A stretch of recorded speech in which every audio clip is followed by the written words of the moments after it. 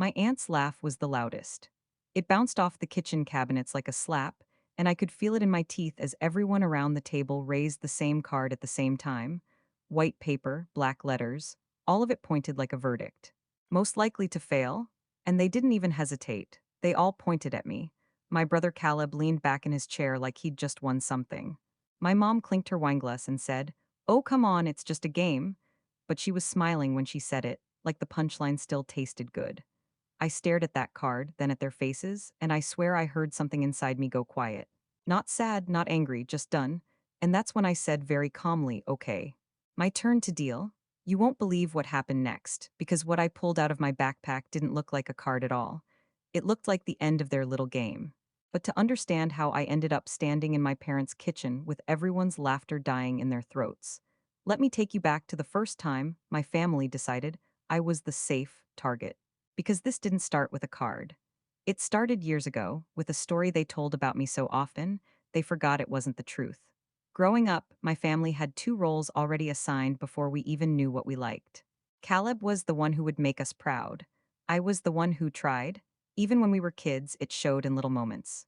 Like when I got a 94 on a math test and my mom said, "That's nice, honey," without looking up from her phone.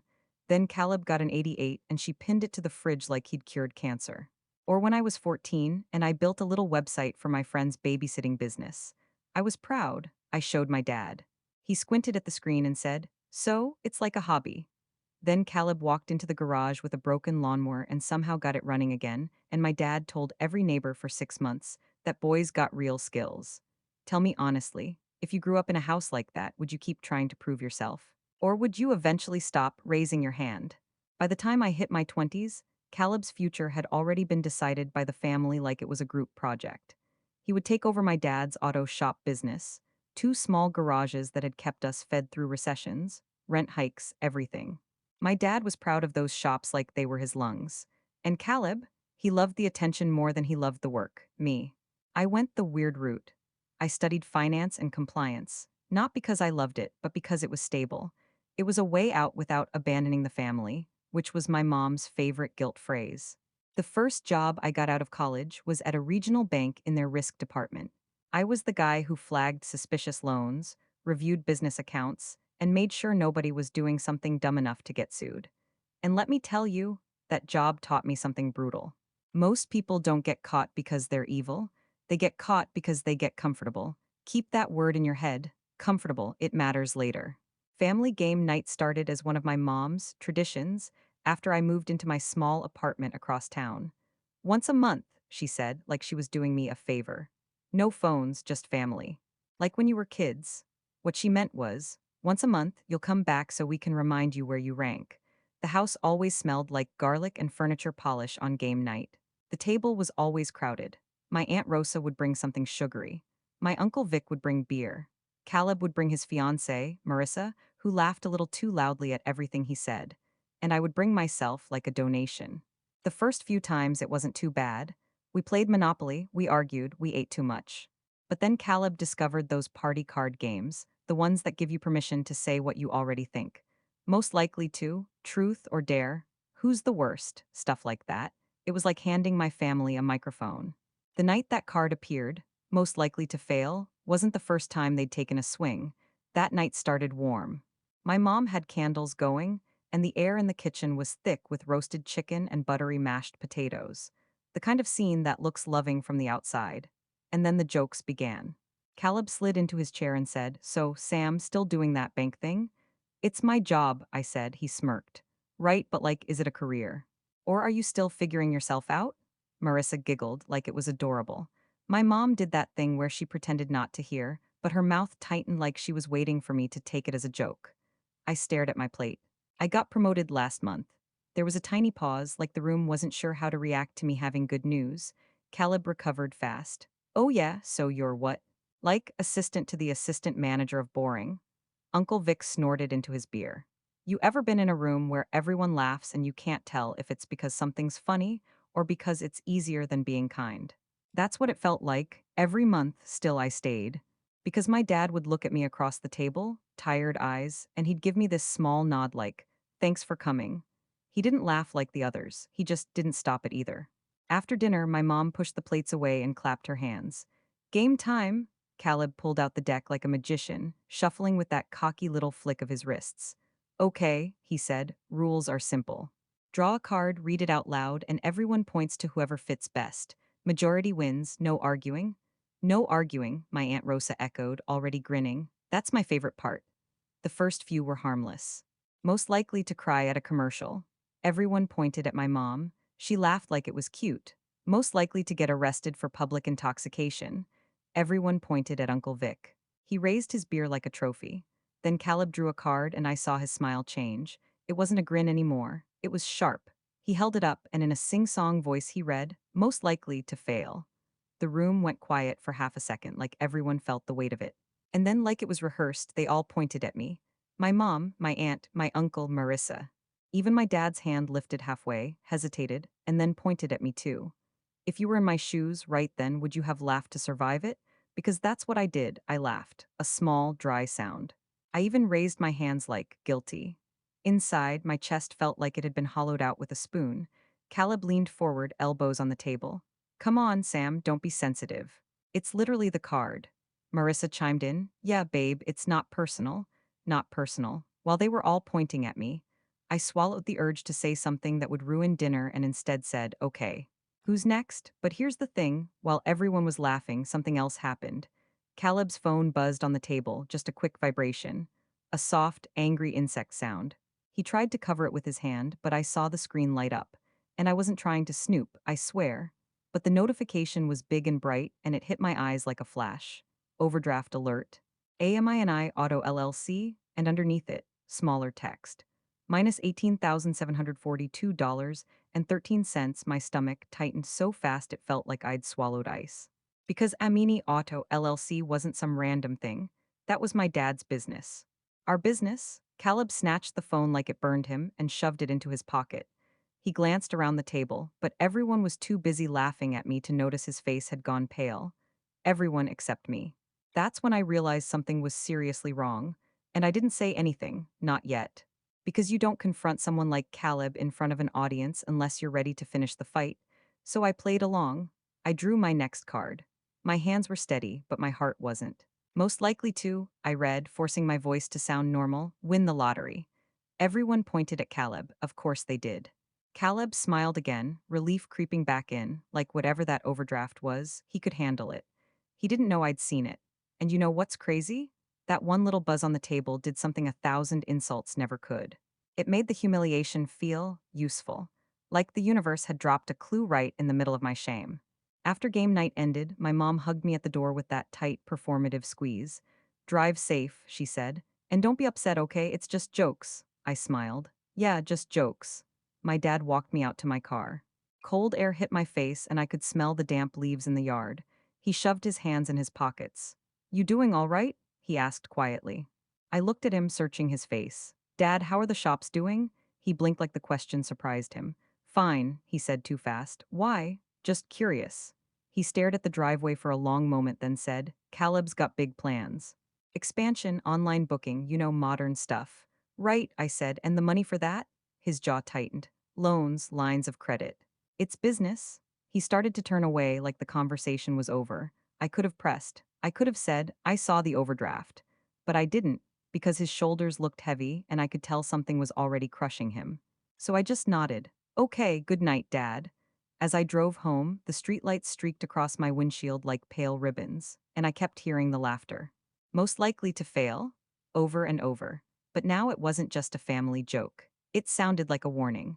The next morning at work, I didn't even finish my coffee before I logged into our internal review system. Now, I need to be careful here, because I'm not confessing to anything illegal, okay? I'm telling you what happened. In my job, I had access to certain business account alerts when they triggered risk thresholds, overdrafts of that size, rapid withdrawals, missed payments. If an account was tied to a loan our bank issued, it got flagged. And my dad's business? It was tied to our bank. So when I searched the business name, my screen filled with red, not just one overdraft, a pattern. Multiple overdrafts across 2 months. Late payments on a business line of credit. A sudden new equipment loan approved 3 weeks earlier. Several wire transfers labeled consulting to an unfamiliar account. My fingers went cold on the keyboard. I clicked into the loan documents, and that's when I saw it, my dad's signature, on a guarantee for $250,000. My mouth actually fell open. Because my dad didn't sign things like that without sweating over them for weeks. He hated debt.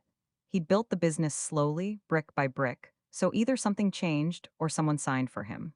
And at that moment, viewer, I need you to pause and ask yourself, if you found out your family might be drowning financially, and the person steering the ship was also the one who publicly humiliated you, what would you do? Because I did the one thing my family never expected from me.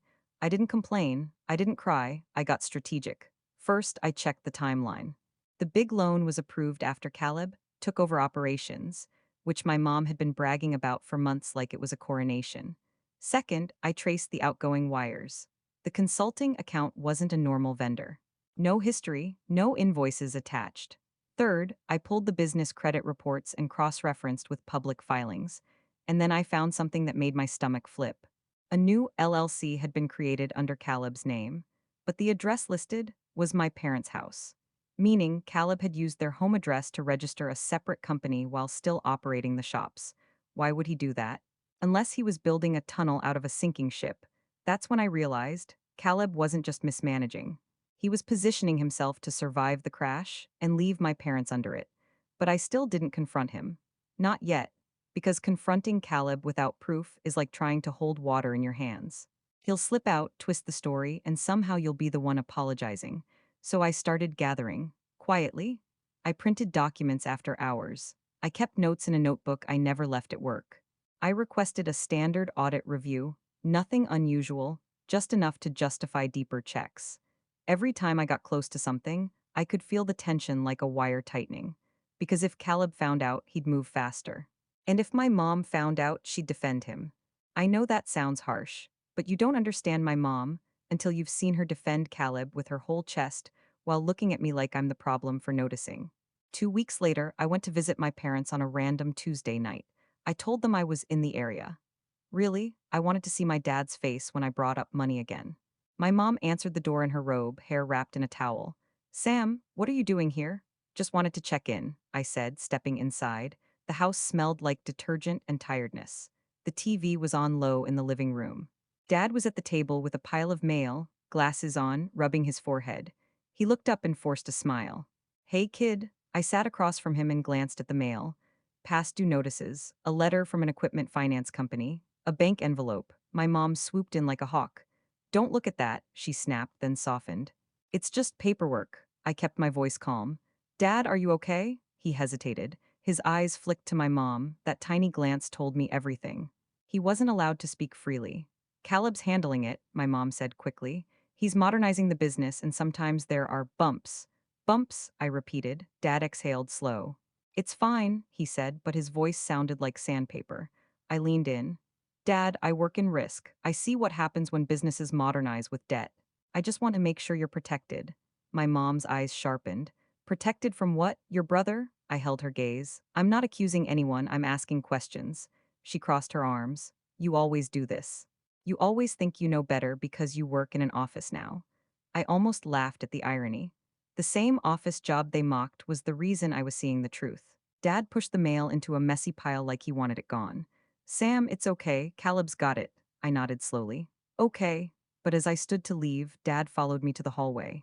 My mom stayed in the kitchen, pretending not to listen. Dad lowered his voice. Caleb said not to worry you. That sentence hit me like a cold towel. I looked at him. Dad, did you sign a new guarantee recently? His eyes widened just for a second, then darted away. He swallowed. Caleb had some papers. He said it was routine.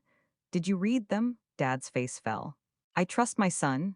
And there it was, the one sentence that explained my whole childhood. I didn't argue, I just put my hand on his shoulder. Okay. But if you ever want me to look at something, I will. No judgment. He nodded, but his eyes looked wet. When I left, I sat in my car for a long time with my hands on the steering wheel, breathing slowly, trying not to explode. Because here's what I knew now. Caleb was using my parents' trust as a weapon, and my parents were handing him ammunition. Over the next month, the situation escalated. At the bank, more alerts popped up. Missed payments, cash advances, a credit card opened in the business name that I didn't recognize. Then came the worst one. A refinancing application using my parents' house as collateral. I stared at that document until my vision blurred. My parents' house wasn't just property, it was where we grew up, where my dad built shelves by hand, where my mom planted her roses and acted like those flowers were proof she'd been a good mother. And Caleb was putting it on the table like a chip in a casino. That night, I called my dad and asked him to meet me alone. He said, "Your mom." "I know," I cut in gently. "Just please, 15 minutes, coffee shop on Maple." He showed up looking older than I remembered, jacket too thin. Hands trembling slightly when he wrapped them around the paper cup. He didn't meet my eyes at first. "Is this about Caleb?" "Yes," I said. "Dad, I think the business is in trouble." He flinched like the words physically hurt. I slid a single page across the table. Nothing with bank logos, nothing that could get me in trouble. Just a summary of what I'd found, written like advice. He read it, lips moving silently. Then he whispered, "This can't be right." "Dad," I said softly, "did Caleb ask you to sign anything with the house?" His shoulders slumped. He didn't answer at first. Then he nodded once, like admitting it cost him something. "He said it was temporary," Dad murmured. "He said it was to get a better rate." "And did Mom know?" Dad's jaw tightened. "She said we have to support him. He's under pressure. He's trying." I stared at my dad, this man who'd worked until his knuckles cracked, who'd taught me how to change a tire, who never asked for much. And he was about to lose everything because he couldn't imagine his favorite son would betray him. That's when I made a choice. I said, "Dad, I need you to trust me." He finally looked up. His eyes were tired, but there was something else too, fear. "What are you going to do?" he asked. I took a breath. "I'm going to change the game." He frowned. "What does that mean?" "It means," I said, "we stop playing by Caleb's rules." Then I pulled out the second thing I'd been holding back. A letter, an old envelope, slightly yellowed at the edges. He stared at it. "What is that? Do you remember Grandma Nura's lawyer?" I asked, his brow furrowed. "Yeah, what about him?" "I visited him," I said, because I remembered something Grandma told me before she passed. Dad's eyes widened. "She told you something?" I nodded. "She said, 'Don't let them bully you out of your place.'" Dad swallowed. "She always liked you." My throat tightened, but I kept going. "After she died, her lawyer held a trust document. You didn't know because Mom told him to handle it with Caleb." Dad's face went pale. "What?" I slid the letter across the table. Grandma named a successor trustee. Someone who could step in if the business or the house was being used irresponsibly. Dad stared at the letter like it might explode. "Who?" he whispered. I held his gaze. "Me?" The silence that followed felt unreal. Dad's mouth opened slightly. He looked like he wanted to deny it, but the paper was right there. "You," he said, almost offended, like he didn't know how to fit that into his world. I nodded. Grandma wasn't stupid. She saw what was happening in this family, the favoritism. The way Caleb was treated like he could do no wrong. Dad's face cracked with emotion. "Why wouldn't she tell us?" "She tried," I said. "But Mom?" I didn't finish that sentence. I didn't have to. Dad's hands shook as he picked up the letter. "Sam," he whispered, "what does this mean?" "It means," I said quietly, "I have legal authority to protect certain assets. And if Caleb used the house as collateral without full disclosure, we can stop it." Dad's eyes filled. "I didn't know," he said, voice breaking. "I didn't know it was this bad." I leaned forward. "Dad, listen to me. This is going to get ugly. Mom will blame me. Caleb will rage. They'll call me jealous. They'll say I'm ruining the family." Dad's shoulders sank. "But we'll lose everything." "Not if we move first," I said. "Tell me, if you finally had leverage in a family that never gave you any, would you use it?" Because I did. Over the next 2 weeks, I met with a lawyer, carefully, ethically, through proper channels. We verified the trust. We verified the clauses. We reviewed the loan paperwork my dad admitted he signed without reading. And the lawyer said words that made my blood run cold. "Your brother may have committed fraud, and your parents may be liable if they don't act." Fraud, that wasn't a joke card. That was prison, lawsuits, losing the house, everything. We drafted notices. We prepared to freeze certain actions tied to the trust. We gathered what my dad could legally provide: emails, signed documents, texts from Caleb instructing him to sign. Meanwhile, Caleb kept acting like a king. He posted on social media about expanding the family business. He bought a new truck, shiny, ridiculous, way too expensive for someone who supposedly had cash flow issues. And then he texted the family group chat. "Game night at Mom and Dad's this Friday. Big announcement." My stomach dropped. Big announcement usually meant one of two things. Either Caleb was about to ask for more money, or he was about to lock something in legally. I replied, "I'll be there." Caleb sent a thumbs up emoji. like I was still the harmless little brother. Friday came fast. When I walked into my parents' house, the air felt heavier than usual, like the walls were listening. The table was set, snacks out. Drinks poured, my mom hugged me a little too tightly. "I'm so glad you came," she said, and something in her voice sounded rehearsed. Caleb was already there, wearing a crisp button down like he was about to present at a board meeting. Marissa sat beside him, smiling like this was her show too. Dad avoided my eyes, but I caught the tiniest nod, like he was bracing himself. Caleb clapped his hands. "All right, everyone, before we start games, I've got something exciting." He reached into a folder and pulled out papers. My mom beamed. Aunt Rosa leaned in. Uncle Vic raised his beer. Caleb smiled like a politician. "So, with Dad getting older and the business growing, it's time to make things official." My dad's jaw tightened. Caleb continued, "We're going to restructure ownership. Clean it up, make it easier when," he glanced at Dad, "when the time comes." The room went quiet. Caleb slid two documents across the table toward me. "And Sam," he said, voice sweet, "since you're doing your own thing, we just need you to sign this waiver. It's standard, it says you don't want involvement in the business, keeps everything simple. Waiver. You know that feeling when you realize you're the only person in the room who sees the trap?" My mom's voice was soft. "It's just paperwork, honey. You don't even want the shops." Aunt Rosa chimed in, "This is good for the family." Caleb leaned closer. "Come on, Sam. You'll still be invited to barbecues," Marissa giggled. I looked at the papers. There it was, plain as day. I would waive any claim. Not just to the business, also to proceeds connected to the property. The house collateral, everything. He wasn't just stealing. He was trying to get me to sign off on the theft. My hands were calm as I set the papers down. I looked up at Caleb and said, "Before I sign anything, can we play a game first?" Caleb blinked. "What?" I smiled. "You love games, you love rules. Let's do one more." "My game?" The room shifted. My mom frowned. "Sam, don't be dramatic." I reached into my backpack, the one everyone always mocked me for carrying like a nerd bag, and I pulled out a small stack of envelopes. Caleb's smile twitched. "What is that?" I set the envelopes in the center of the table like a deck of cards. "New rules," I said. "Everyone draws one." Reads it out loud. Uncle Vic laughed. "Are these like feelings cards?" "No," I said, "they're truth cards." My mom's face tightened. "Sam," I held up my hand, still calm. "Mom, remember last game night? When the card said most likely to fail?" Aunt Rosa chuckled nervously. "Oh gods," I nodded. "You all pointed at me." Caleb smirked. "Are you still on that?" I looked him dead in the eye. "Yeah, because that night, you're followed." "I don't read it," I repeated, still calm but firmer. His hands trembled. He forced his voice out. It's an overdraft statement." I nodded. "From the business account." "The one you said was fine." Uncle Vic frowned.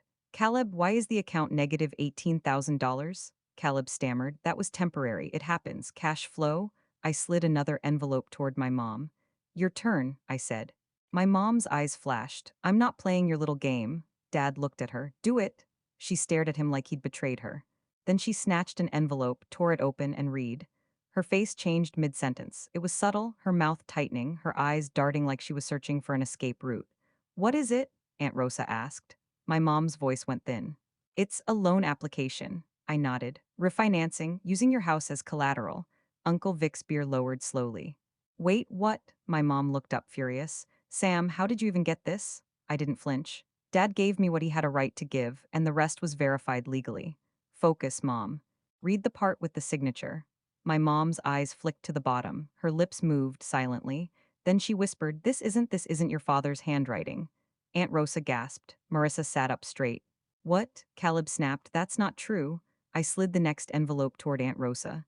"Draw." Aunt Rosa hesitated, then opened it, hands shaking, her eyes widened.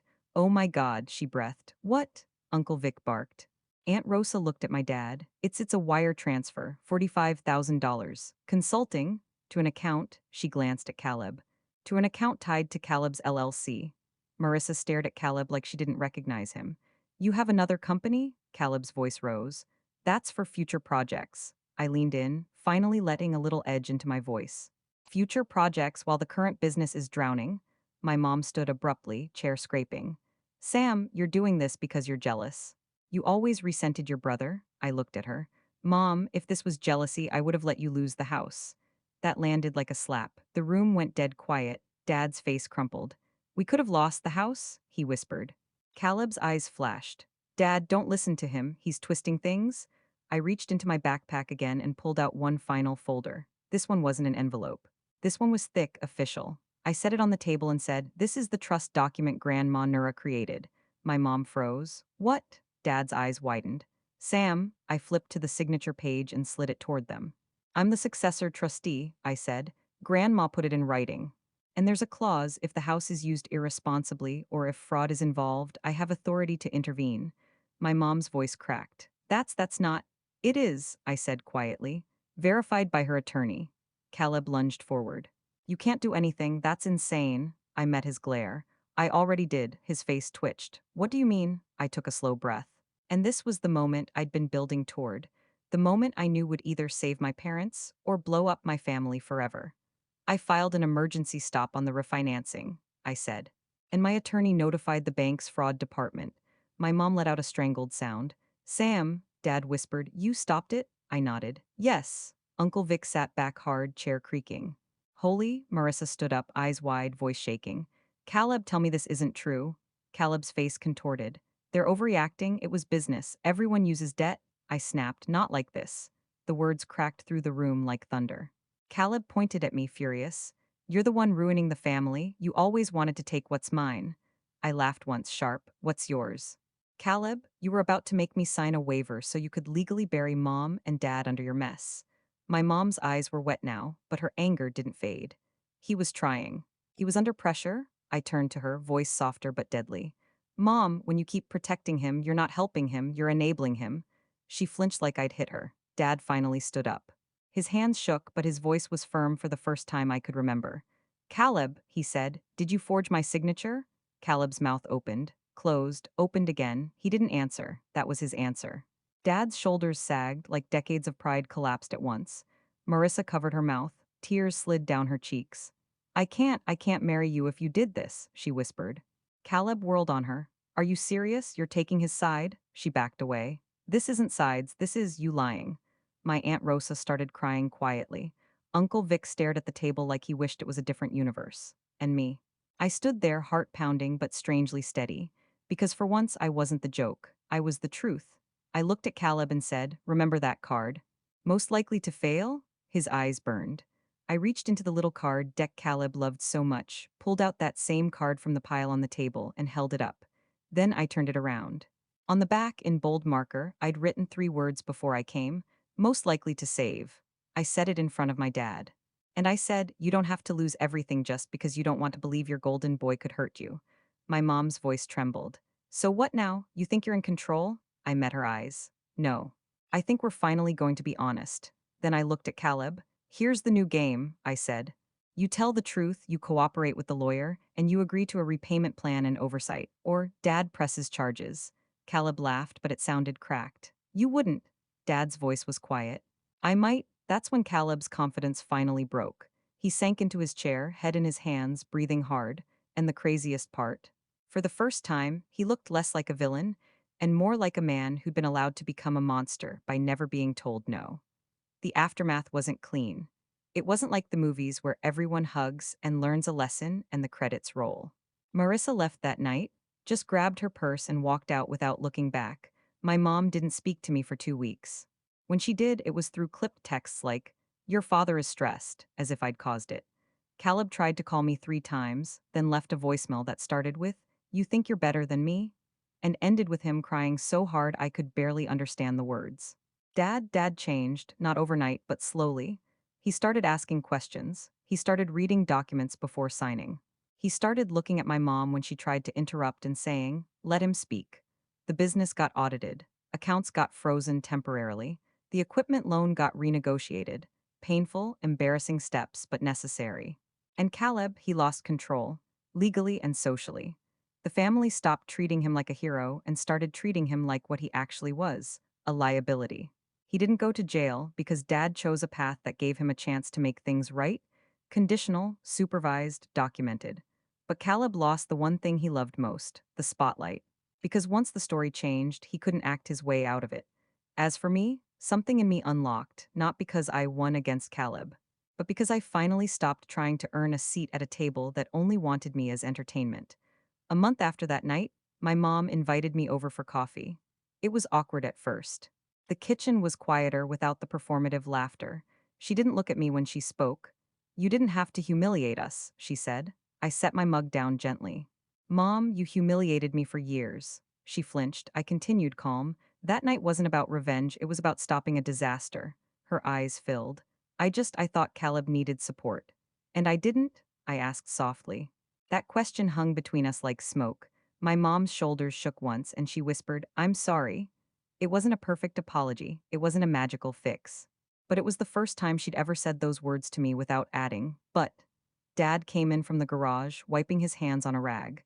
He looked at me and said, You did good, kid, just that. And I'll be honest, my throat tightened so hard I had to look away. Because sometimes, you don't realize how starved you were for a sentence like that until you finally get it. So here's what I learned: people will play the game you tolerate. They will assign you a role and keep you there because it benefits them. And the moment you stop accepting the rules, they'll call you dramatic, selfish, cruel. But that doesn't mean you're wrong. Sometimes it means you're finally dangerous. Now I live differently. I still visit, but I don't come when I'm summoned. I come when I choose. I don't sit quietly while someone jokes at my expense. I don't laugh to survive anymore. And I don't play games designed to make me small. Because the truth is, they weren't pointing at me because I was most likely to fail. They were pointing at me because it was easier than pointing at the real problem, until I changed the game. So tell me, if you were in my shoes, would you forgive them? Or would you walk away like I was ready to? Because I'll leave you with this.